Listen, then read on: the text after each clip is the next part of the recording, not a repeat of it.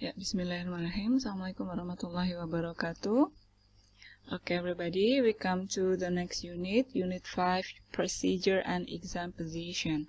Di dalam Unit 5 di sini, yang pertama adalah harus kita cek adalah target materinya. Nah, bisa dicek di sini ya, target materi di Unit 5 ini.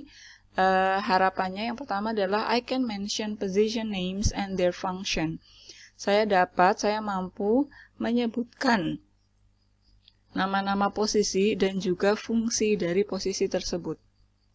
Kemudian yang kedua, I can explain how to do each position from body, arms, leg, and drape. Selain fungsinya, saya juga dapat menjelaskan bagaimana menjelaskan masing-masing posisi tersebut dari posisi badan, posisi lengan, posisi kaki, dan juga posisi cover atau drape, selimut. Yang ketiga adalah I can show the names of position based on the picture. Saya dapat menunjukkan masing-masing posisi tersebut berdasarkan gambar yang ada. Nah, sekarang kita akan membahas mengenai capaian materi yang pertama terlebih dahulu, yaitu I can mention position names and their function. Dalam materi Unit 5, Procedure and Exam Position, yang kita pelajari adalah posisi pemeriksaan. Setelah kita belajar mengenai taking history dan lain sebagainya, maka waktunya untuk examination atau pemeriksaan. Nah, examination ini fungsinya adalah untuk meminta pasien melakukan posisi tertentu tergantung atau berdasarkan keluhan kesehatan yang dialaminya. Beberapa verb yang perlu dipelajari seperti ini ya, yang perlu saya cek adalah how to pronounce the names of position terlebih dahulu. Nah, ini dibaca supine. Kemudian prone, Fowler's, dorsal recumbent, lithotomy, knee chest, dan Sims. Actually, there are some other position, tapi kita belajar posisi ini saja. Jadi ada beberapa posisi yang lain, namun saya batasi untuk belajar posisi yang ada di dalam modul saja. Nah, yang pertama kita pelajari adalah function. Nah, yang pertama, function di sini pastikan kita menggunakan verb 1, yaitu kata use, gunakan. Nah, gunakan kemudian diikuti dengan posisi tersebut. Contoh, use supine for examination of the abdomen and breast and some surgical procedure and x-rays. Supine ini digunakan untuk pemeriksaan perut, bagian perut ya, breast itu payudara, and some surgical procedures, beberapa prosedur pembedahan atau operasi juga menggunakan supine. Kemudian x-rays, x-ray itu juga ronsen ya, atau penyinaran X, sinar X. Kemudian dan lain sebagainya ya di bawah sini. Untuk masing-masing function, pastikan Anda tahu untuk masing-masing function fungsinya untuk apa. Prone digunakan, nah kebalikannya dengan supine, kalau supine digunakan untuk pemeriksaan bagian tubuh atas, kalau prone digunakan untuk pemeriksaan punggung. Nah, berarti bisa dibayangkan ya posisinya seperti apa. Kemudian, Fowler's, use Fowler's, gunakan Fowler's for examinations, untuk pemeriksaan. Head, neck, eyes, ears, nose, and throat. Berarti untuk pemeriksaan tubuh bagian atas. Sementara semi-Fowler's digunakan untuk patient who are having trouble breathing, yang memiliki masalah dalam pernafasan, or atau when the supine position, jika posisi supine is uncomfortable, dirasa tidak nyaman bagi pasien tersebut. Kemudian ada juga dorsal recumbent dan lithotomy. Dorsal recumbent and lithotomy adalah posisi yang mirip, tapi penggunaannya berbeda. Untuk dorsal recumbent digunakan untuk pelvic, bladder, and rectal examinations.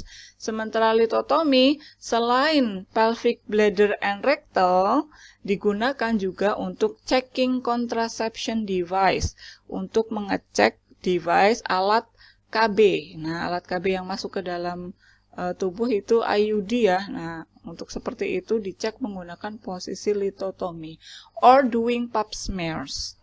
Kemudian knee chest, knee itu lutut, chest itu dada. Berarti lutut dan dada menempel pada meja periksa. Digunakan atau gunakan NICHES for rectal exam and sometimes prosthetic exam.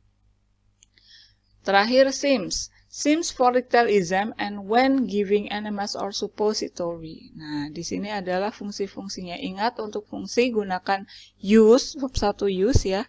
Kemudian digunakan position names, baru for examination jenis apa. Selanjutnya di sini akan saya terangkan mengenai explaining procedures. Nah, explaining procedures untuk language function-nya kita memakai language function verb 1. Nah, yang pertama aturannya adalah di sini ya, to tell somebody what to do, untuk menceritakan atau menjelaskan seseorang apa yang akan dilakukan. Prosedur itu berarti langkah-langkah. Nah, langkah-langkah syarat yang pertama adalah harus berurutan. Itu ya, syarat yang pertama. Tidak mungkin prosedur itu tidak berurutan. Yang pertama harus berurutan, yang kedua adalah gunakan imperatif atau verb 1. Contoh, wash your hand after all activities. Rinse your hands. Ini semuanya menggunakan verb 1. Contoh yang tadi untuk function juga menggunakan verb 1 ya. Kemudian, untuk menjelaskan seseorang tidak melakukan sesuatu pakai don't. Nah, kebalikannya, kalau menyuruh seseorang melakukan sesuatu pakai verb 1, maka jika menyuruh orang tidak melakukan sesuatu, pakailah don't diikuti dengan verb 1. Don't forget to clean. Nah, ini ya, don't forget diikuti to, diikuti verb 1 lagi. Jadi 2 kali verb 1. Don't diikuti verb 1, diikuti to, diikuti verb 1. Kemudian, to emphasize what is important, emphasize itu menekankan. Dalam prosedur terkadang ada sesuatu yang harus ditekankan. Misal, jangan lupa untuk seperti ini, karena kalau kamu melewatkan bagian ini, prosedurnya bubar atau prosedurnya tidak sempurna. Itu adalah emphasizing atau penekanan. Pastikan Anda menggunakan make sure. Susunannya adalah make sure you take the tablet as prescribed. Make sure diikuti subjek, you diikuti verb 1. Make sure diikuti subjek, you diikuti verb 1. Kemudian terakhir yang penting juga, use sequences. Sequences itu adalah penunjuk urutan. Contoh, first, second, then, and then, next, finally, dan lain sebagainya. Dan follow them. Setelah sequences ini, ikuti dengan basic verb atau verb 1. Contoh, first prepare the equipment. Contoh bisa di sini ya, first use bla bla bla, then wash bla bla bla, finally give bla bla bla. Jadi, sequences diikuti dengan verb 1. Ya, selanjutnya mengenai mengerjakan latihan. Selanjutnya, silakan Anda bisa mengerjakan latihan mulai dari exercise 1, writing 1.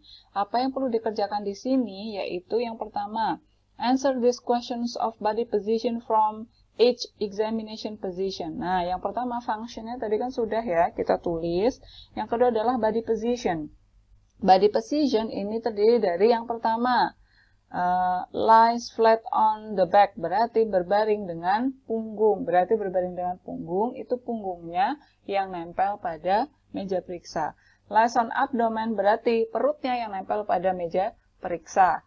Lies on side berarti bagian samping yang nempel pada meja periksa. Kneels on table berarti berlutut. Nah, bisa dibayangkan ya, kalau punggungnya yang ada di bawah, berarti posisinya ini artinya adalah telentang. Sementara yang ini artinya adalah tengkurap, ya, lies on abdomen itu berarti tengkurap. Lies on side ini artinya adalah berbaring miring. Kneels on the table itu adalah bersujud. Nah, kneels ini adalah bersujud. Tinggal diisi posisi masing-masing ya, sesuai dengan posisi badannya. Untuk memudahkan bisa dilihat untuk masing-masing gambar. Jadi gambar yang ada menerangkan posisi supine seperti apa, prone seperti apa, dorsal recumbent, lithotomy, kemudian Fowler's gitu ya. Ada, Fowler's tidak ada. Di sini hanya ada NICHES dan juga SIMS. Nah, di sini Anda bisa lihat ya, setelah Anda melakukan exercise 1 tadi, kerjakan exercise 2 dengan cara yang sama. Untuk exercise 1 tadi adalah body position. Untuk exercise 2, arm and feet position, yaitu posisi lengan ya, lengan bukan tangan. Lengan itu adalah dari bahu gitu ya. dari ketiak menuju ke wrist atau pergelangan tangan, lengan dan juga tangan. Verb yang bisa dipakai adalah pertama bisa memakai extend atau luruskan, bisa memakai bend atau tekuk. Nah, di sini contoh yang sudah ada. Posisi supine begini, Anda bayangkan posisinya ya.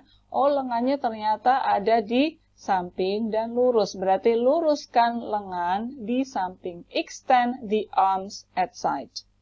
Kemudian, oh ternyata kakinya di sini ya, kakinya juga lurus, maka extend the leg. Ini kurang S, bisa ditambahkan S nanti di sini, extend the legs. Selimutnya bagaimana? Ini adalah selimut menutupi dada sampai ke ujung kaki. Berarti tutupi, cover, selimut, the drape atau sheet, from, dari dada, chest, to, toes. Dari dada, from chest to toes. Dari dada sampai ke ujung kaki atau jari kaki. Contoh dorsal recumbent yang posisinya agak berbeda ya, ini ya. Ini badinya nanti bisa dijelaskan, oh badinya ternyata berbaring telentang, tangannya ada di samping, extend the arms at side, kakinya ditekuk, bend the legs, apakah sudah cukup? Tidak. Ternyata ini dibuka ya, tidak cuma ditekuk, tapi juga pahanya dibuka. Make sure, pastikan, you position the thigh open up. Anda memposisikan pahanya, thigh ini paha ya, open up, terbuka.